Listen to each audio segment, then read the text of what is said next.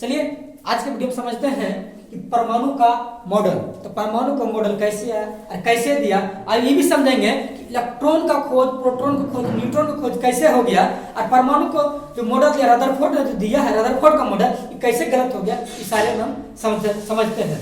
तो सबसे पहला कहता है रदरफोर्ड का परमाणु मॉडल। रदरफोर्ड का जो परमाणु मॉडल आया तो कब आया, तो 1911 ईस्वी में। तो कैसे किया, उन्होंने किया रेडियो सक्रिय पदार्थ से क्या निकाला, रेडियो सक्रिय पदार्थ में रेडियम से क्या निकाला, अल्फा किरण को निकालकर जब सोने की पत्थर पर प्रहार किया तो क्या हो गया, तब देखते हैं। तब कहता है निकला कैसे, अल्फा किरण निकला कैसे, रेडियो सक्रिय पदार्थ। रेडियो सक्रिय पदार्थ उसको कहा जाता है जिससे अल्फा बीटा गामा किरणें निकलती हैं, उसको हम रेडियो सक्रिय पदार्थ कहा जाता है। लेकिन इसमें क्या किया है, रेडियम का यूज किया है तत्व और क्या निकाला है, अल्फा किरण को निकाला है। अब कहता है कैसे निकाला, अब क्या कहते हैं, क्या परमाणु का कैसा आता है, एक गोलाकार होता है।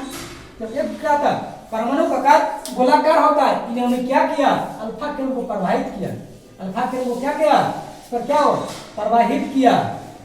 जब प्रवाहित किया तो क्या हुआ, पार कर गया, अधिकांश भाग क्या हो गया, पार कर गया। तो उन्होंने पहला नियम दिया, क्या बोला, परमाणु का जो अधिकांश भाग क्या होता है, खोखला। खोखला मतलब हो गया कुछ भी वहां नहीं था। तो उन्होंने बोला तो परमाणु का अधिकांश भाग क्या होता है, खोखला होता है। चलिए दूसरा पॉइंट कहता है परमाणु का मध्य भाग धनात्मक होता है। कैसे धनात्मक होगा, तो फिर क्या किया, इस अल्फा किरण को क्या करता है, प्रवाहित किया। और हम जानते हैं अल्फा किरण क्या होता है, एक पॉजिटिव आवेश होता है, पॉजिटिव चार्ज होता है। इस आवेश को क्या करता है, फिर प्रवाहित किया और उसने देखा कि अपने पद से क्या हो गया, विचलित हो गया, अपने पद से क्या हो गया, ये विचलित हो गया। तो जब विचलित हो गया तो बोला कि परमाणु का विचलित होना इसका कारण है कि परमाणु के मध्य भाग में यानी कि कुछ न कुछ है। तो उन्होंने बोला कि अगर विचलित हुआ तो मतलब हम समझ रहे धनात्मक है, इसका मतलब अपने पद पे विचलित हुआ, इसका मतलब है धनात्मक क्या होगा, वह धनात्मक होगा। इसने क्या बोल दिया, परमाणु का मध्य भाग क्या होता है, धनात्मक होता है। क्योंकि हम जानते हैं, क्या जानते हैं, पॉजिटिव चार्ज क्या करता है, विकर्षण हो जाता है। निगेटिव चार्ज क्या होता है, विकर्षण कर जाता है। लेकिन पॉजिटिव आकर्षण कर लेता है, यानी कि सेम चार्ज विकर्षण और अपोजिट चार्ज आकर्षण करता है। इसलिए क्या था, पॉजिटिव चार्ज था, इसके अंदर क्या हुआ, ये पॉजिटिव चार्ज था, इसलिए क्या हुआ, अपने विकसित करके इधर भेज दिया, इधर विकसित करके नीचे भेज दिया। अब कहता है, अगला कहता है परमाणु का मध्य भाग खोज कैसे होता है। जब फिर अल्फा किरण को क्या कर दिया, ये प्रवाहित किया, अपने पद से कुछ पद क्या हुआ, ये लौट गया।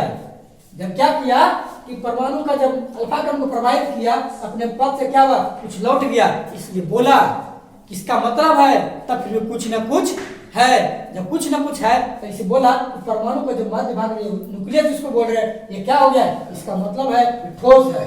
क्या ये ठोस है। इसके बाद क्या हुआ, तो नाभिक का खोज हो गया। तो नाभिक का खोज, तो नाभिक का खोज की अगर बात किया जाए तो किसको बोल देंगे, रदरफोर्ड को।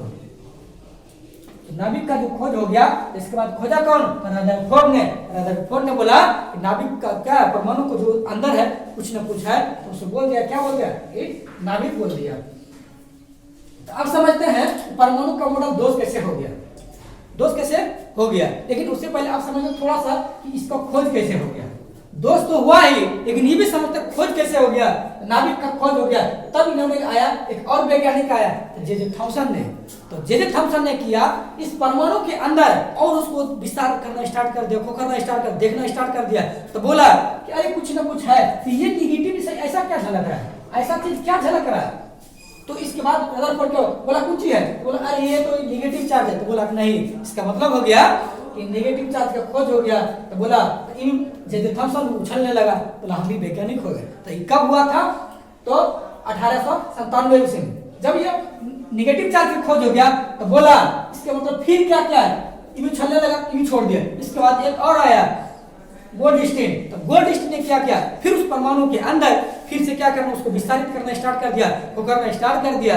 फिर देखा कुछ न कुछ लटक रहा था, तो लटक रहा था, फिर बोला ये चीज क्या झलक रहा है, ऐसे क्या झलक रहा है। तो बोला ओ कुछ न कुछ है, इसका नाम क्या दे दिया, प्रोटॉन नाम दे दिया। बोला कि इसका मतलब हो गया प्रोटॉन की खोज किसने किया, तो गोल्डस्टीन ने किया। कब हुआ, 1919 में। अब क्या कर दिया, इसके बाद देखा फिर इसके परमाणु कुछ नहीं झलक रहा, ना कुछ कर रहा, ना इधर व्हील, ना हिल रहा, ना डोल रहा, इसका मतलब चुपचाप बैठा रहे। तो बोला क्या कि इसमें कुछ ना कुछ नहीं है, मतलब ये क्या है, और कोई चार्ज नहीं है, मतलब क्या है, नो चार्ज, मतलब इसका खोज किसने किया था, तो चैडविक ने किया। इसके बाद इसका मतलब हुआ अगर इलेक्ट्रॉन की खोज की बात किया जाए तो जे थॉमसन ने कब, तो 1897 ईस्वी में। लेकिन अब बात होती है इसका द्रव्यमान कितना होता है। अगर द्रव्यमान की बात होगा तो 9.1 into 10 to the power -31 kg। अगर आवेश की बात होगा तो माइनस निगेटिव चार्ज। अगर दूसरी बात होता है प्रोटॉन की खोज किसने किया, तो गोल्ड स्टीन ने कब, 1919 में। अगर इसका द्रव्यमान की बात किया जाए 1.672 into 10 to the power -27 kg। अगर बात किया जाए आवेश को चार्ज की बात किया जाए तो पॉजिटिव चार्ज होता है। अगर न्यूट्रॉन की खोज की बात किया जाए तो चैडविक ने किया कब, तो 1932 ईस्वी में। इसका द्रव्यमान की बात किया जाए 1.674 into 10 to the power -27 kg। अगर आवेश की बात किया जाए तो नो चार्ज। आज समझते इसका खोज तो हो गया है, लेकिन अब थोड़ा सा बैक पीछे आते हैं रदरफोर्ड मॉडल का दोष कैसे हो गया। तो अब समझते हैं रदरफोर्ड मॉडल का दोष कैसे हो गया।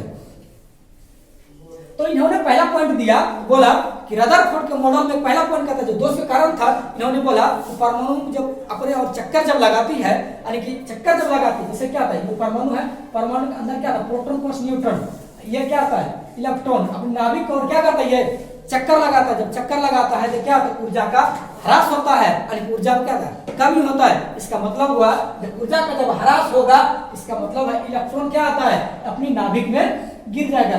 जैसे यहाँ क्या न्यूक्लियस है, इलेक्ट्रॉन क्या करता है, ये चक्कर लगाता है। इसके जब चक्कर लगाएगा तो क्या धीरे धीरे ऊर्जा क्या हुआ, ह्रासित होगा। इसका मतलब हुआ ऐसे अगर चक्कर लगाते जाएगा, ये चक्कर अगर लगाते जाएगा ऊर्जा क्या हो जाएगा, ये ह्रासित हो जाएगा। और इसका मतलब हुआ जब ऊर्जा का ह्रास हो जाएगा मतलब इलेक्ट्रॉन न्यूक्लियस में गिर जाएगा। इसी कारण का पहला कारण था।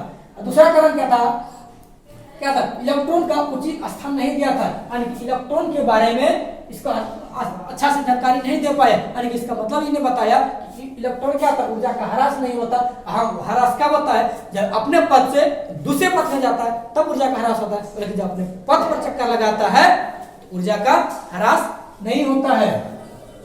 चलिए अब समझते हैं, ऊर्जा का ह्रास हो गया, इलेक्ट्रॉन में कक्षा में उचित स्थान नहीं दिया। मेन कारण यही था, ऊर्जा को ह्रास होना और इलेक्ट्रॉन की कक्षा की स्थिति नहीं बदलना। इसका मेन कारण था रदरफोर्ड का मॉडल का दोष। चलिए मिलते हैं नेक्स्ट वीडियो में नेक्स्ट टॉपिक के साथ। तब तक के लिए थैंक यू। जो भी अभी तक चैनल को सब्सक्राइब नहीं किए जरूर सब्सक्राइब कीजिए।